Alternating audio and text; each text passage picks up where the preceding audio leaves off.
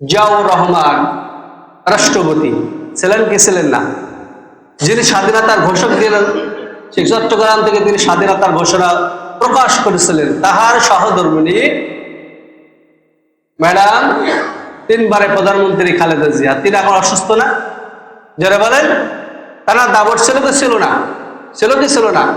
তিনি এখন অসুস্থ। দেখেন, তেনার মতন একজন দেশ দরদি আমি আর কাউকে দেখি নাই। তার পরে এত নির্যাতন, এত জুলুম হয়েছে, নিজের ঘর বাড়ি পর্যন্ত তাকে ত্যাগ করতে হয়েছে, তারপরও তিনি দেশ এবং দেশের মানুষকে ছেড়ে কোথাও চলে যায় না। কথা বলেন ঠিক কিনা? এর একজন ম্যাডাম পাই আমরা ধন্য, কি বলেন? ধন্য না? ধন্য, যিনি এত কিছু করার পরেও দেশ ত্যাগ করেন নাই। তিনি সেই মা, সেই দেশের মা জননী, তিনি এখন অসুস্থ। আমাদের করণীয় কি? তার জন্য কি করা? দোয়া করা। রাজধানী এভেন কেয়ার হাসপাতালে তিনি ফুসফুস জনিত অবস্থায় তিনি সেখানে ভর্তি আছে। আমাদেরকে একটাই মনের থেকে তার জন্য দোয়া করতে হবে। তিনি দেখবেন আমরা সবাই এক, সবাই কি এক।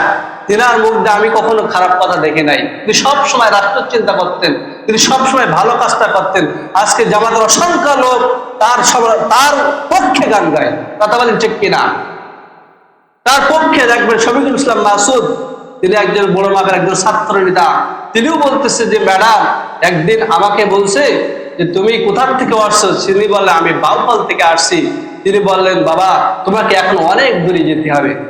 সুবহানাল্লাহ বলবেন? ঠিক আছে। আল্লাহ রাব্বুল আলামিন ডাক দিয়ে বলেন ইবাদুর রাহমানিল্লাযীনা ইয়ামশুনা আলাল আরদি হাওনা ওয়া ইযা খাতাবাহুমুল জাহিলুনা ক্বালু সালামা। আল্লাহু আকবার। আল্লাহ রাব্বুল আলামিন বলেন হে দুনিয়ার মানুষ শোনো, ইবাদুর রহমান, যারা রহমানের বান্দা হবে, প্রকৃত রহমানের বান্দা তারাই যারা পৃথিবীতে আল্লাহর আইন অনুসরণ করবে, রাসূলের সুন্নাহ অনুসরণ করে যারা জীবন যাপন করবে, তারাই হলো একমাত্র ইবাদুর রহমান, তারাই হলো আর রহমানের বান্দা। সুবহানাল্লাহ। রহমানের বান্দা তো তারাই যারা পৃথিবীতে তাদের চলাফেরা হবে নম্র ভদ্র, কথাবার্তা হবে মার্জিত, এবং তার স্বভাব চরিত্র হবে সুন্দর, তার আচরণ বিধি হবে সুন্দর আচরণ, নম্র ভদ্র, তারাই হবে পৃথিবীর ভিতরে রহমানের বান্দা। সুবহানাল্লাহ বলবেন না? ইয়ামশুনা আলাল আরদি হাওনা ওয়া ইযা খাতাবাহুমুল জাহিলুনা ক্বালু সালামা। আর রহমানের বান্দা যখন তারা আরেকজন বান্দার উপরে যখন দাওয়াতি মিশন পেশ করবে, যখন দাওয়াত দিতে থাকবে, এক শ্রেণীর লোক তাদের সামনে বাধা তৈরি করবে। কি করবে?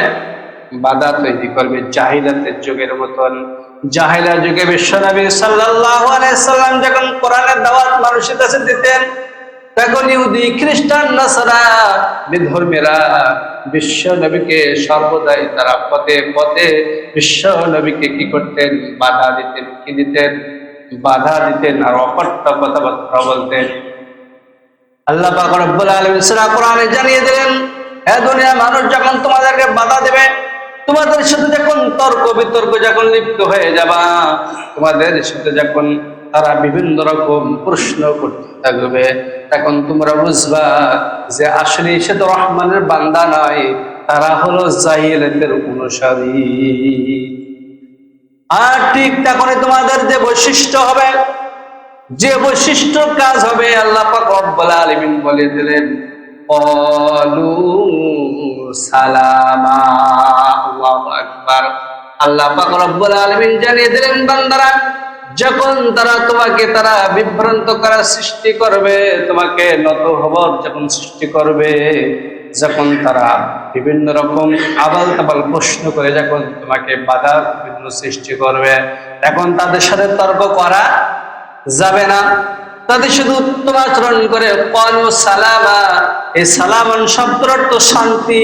তুমি তাদের কাছে শান্তি দিয়ে, সালাম দিয়ে, মুসাফা করে তাদের কাছ থেকে তুমি বিদায় নিয়ে যাবা।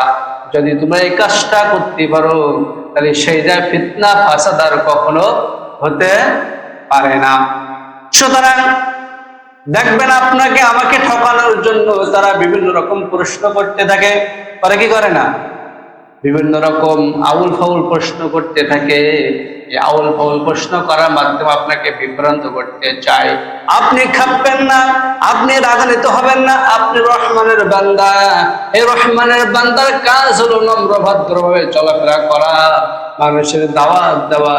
বিশ্বনবী সাল্লাল্লাহু আলাইহি সাল্লাম যখন কোরআনের দাওয়াতটা দিতেন, এখন কাফের মুশরিকরা তার সামনে বিভিন্ন রকম বাধা দিতেন, তার পথে কাটা দিতেন, তার সামনে বিভিন্ন রকম জঞ্জাল দিয়ে আবৃত করতেন।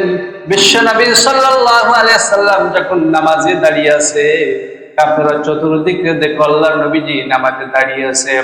উটের নাড়ি ভুড়ি, উটের যে গোবরগুলো আছে ওইগুলো নিয়ে বিশ্বনবী মুহাম্মদ রাসূলুল্লাহ সাল্লাল্লাহু আলাইহি সাল্লামের মাথার উপর, পিঠের উপর চাপিয়ে দিয়েছে। আবার নবীজি বিশ্বনবীকে সিজদায় চলে গেছেন, কথা বলতে পারে না, নামাজের ভিতরে আছে, কষ্ট হয়, উঠতে পারে না। এমন সময় কে যেন ডাক দিয়ে বলো, ও ফাতেমা শোনো, ওই সমস্ত কাফেররা তোমার আব্বাজানের উপরে, পিঠির উপরে উটের নাড়ি ভুড়ি চাপিয়ে দিয়েছে, জলদি জলদি যাও, হয়তো তোমার বাবা আর বাঁচবে না। মা ফাতেমা দৌড়াইয়া দৌড়াইয়া বলতে, কে আসিস রে, কে? এতিম নবী, বিশ্ব নবীর উপরে এত জুলুম কেন করিস? তোদের উপরে কি মায়া দয়া নাই? এতিম নবী, মা হারা বাপ হারা নবী, এতিম নবীর উপরে তোমরা কেন জুলুম নির্যাতন করো?